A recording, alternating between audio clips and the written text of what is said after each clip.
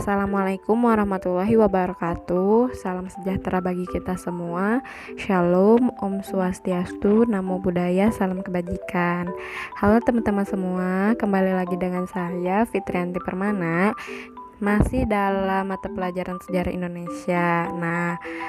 Teman-teman, pada kesempatan kali ini kita akan mempelajari tentang dampak politik, budaya, sosial, ekonomi, dan pendidikan pada masa penjajahan bangsa Eropa.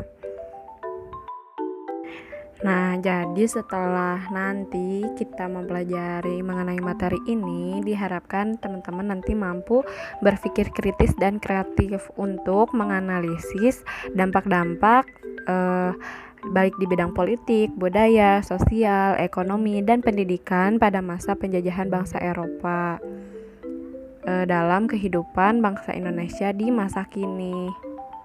Lalu teman-teman diharapkan juga dapat mengembangkan komunikasi dan kolaborasi bersama teman-teman agar mampu melakukan penalaran dalam dampak politik, budaya, sosial, ekonomi, dan pendidikan pada masa penjajahan bangsa Eropa dalam kehidupan bangsa Indonesia masa kini. Dan diharapkan juga teman-teman nanti mampu menyajikannya dalam bentuk cerita sejarah.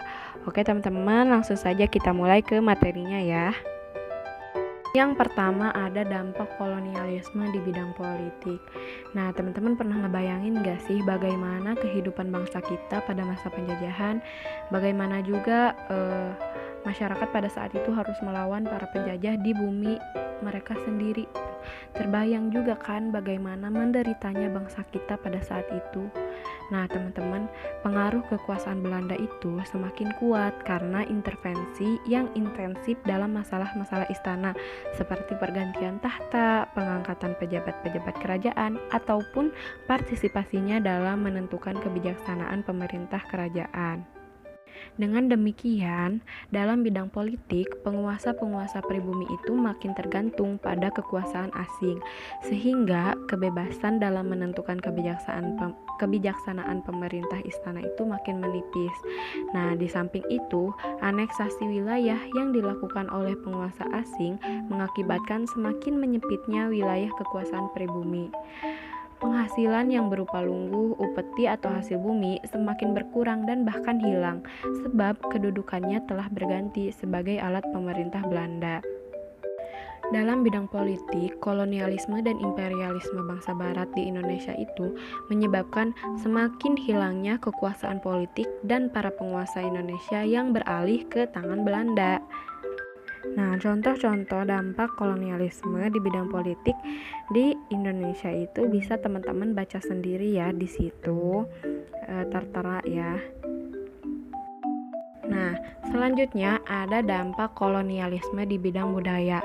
Jadi teman-teman, kebiasaan pemerintah kolonial menggunakan bahasa Belanda di sisi lain membawa pengaruh tersendiri. Jadi sedikit banyak kita punya banyak bahasa serapan yang berasal dari bahasa Belanda, Portugis, dan Inggris. Nah, contohnya bisa lihat teman-teman lihat sendiri kan di layar ya, ada handuk, sepatu, dan buku.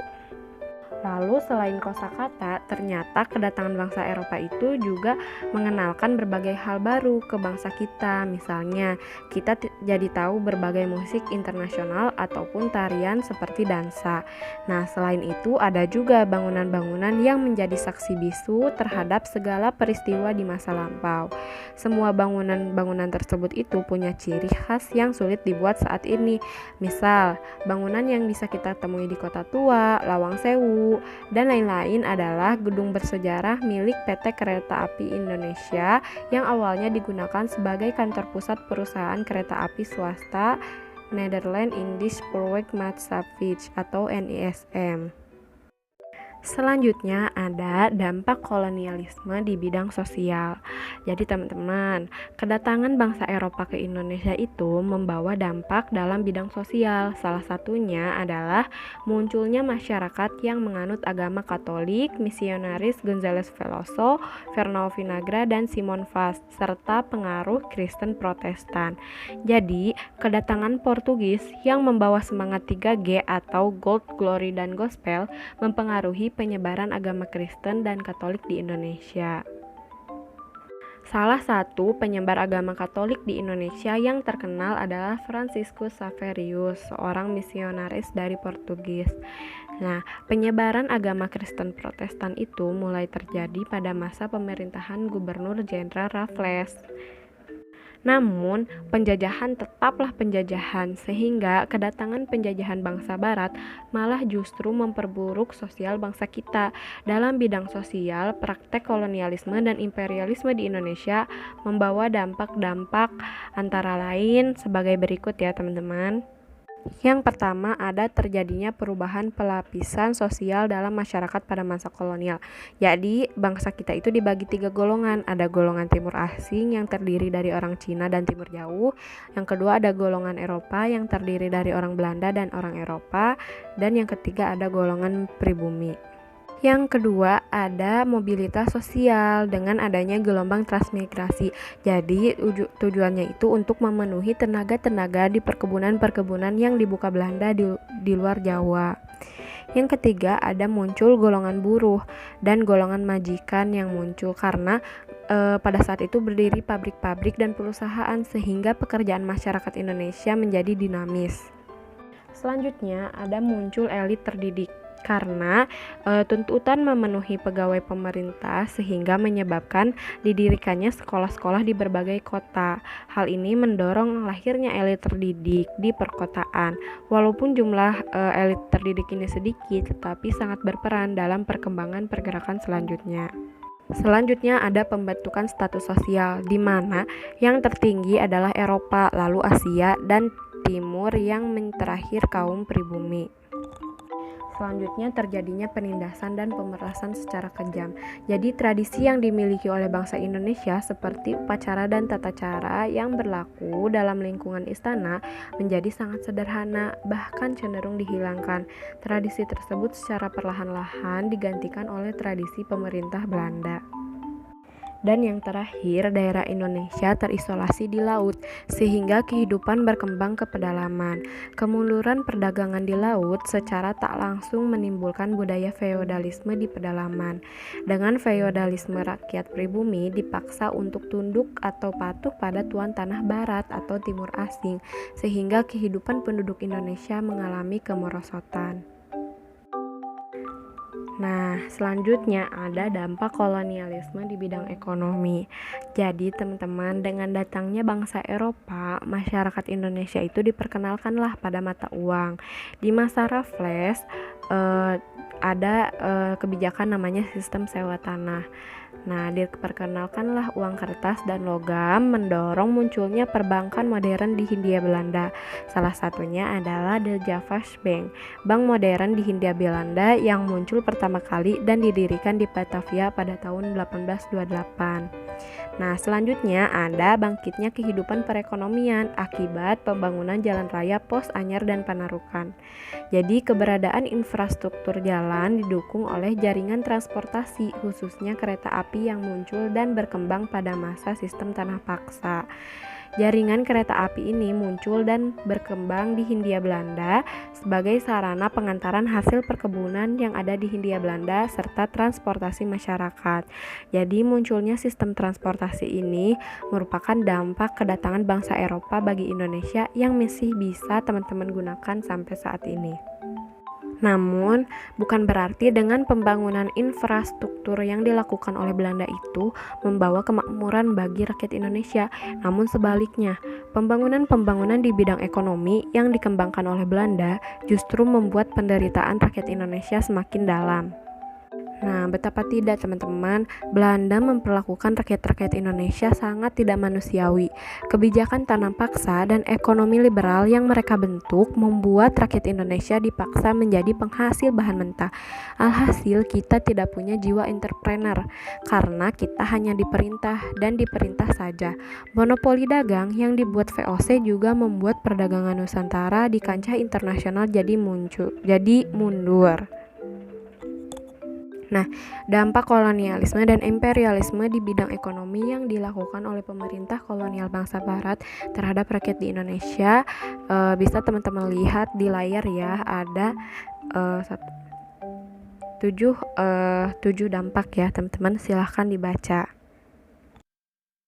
Nah, yang terakhir ada dampak kolonialisme di bidang pendidikan. Oke teman-teman, mari kita tengok 75 tahun lalu saat Indonesia belum merdeka dan masih berada dalam dekapan Belanda. Pernahkah teman-teman berpikir bagaimana asal mulanya lahirnya pendidikan di Indonesia? Nah, teman-teman, munculnya pendidikan di Indonesia itu tidak lepas dari dampak adanya kolonialisme dan imperialisme di Indonesia. Lalu pendidikan di Indonesia mulai terus-menerus berkembang.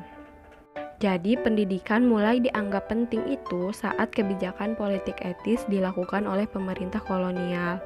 Perhatian dari pemerintah kolonial terhadap pendidikan dikarenakan guna memenuhi kebutuhan tenaga kerja di sektor-sektor swasta dan pemerintah. Jadi sekolah-sekolah yang didirikan pemerintah menganut sistem pendidikan barat dan hanya bisa dimasuki oleh kalangan bangsawan. Usaha-usaha yang dilakukan oleh kolonial Belanda dalam bidang pendidikan tidak lain dan tidak bukan adalah untuk keuntungan pemerintah Belanda sendiri, yaitu menghasilkan pegawai administrasi Belanda yang murah, terampil, dan terdidik. Selain itu, pemerintah Belanda menyusun kurikulum pendidikannya sendiri. Akibatnya, perkembangan pendidikan dan pengajaran di Indonesia sampai abad ke-19 menunjukkan kecenderungan politik dan kebudayaan.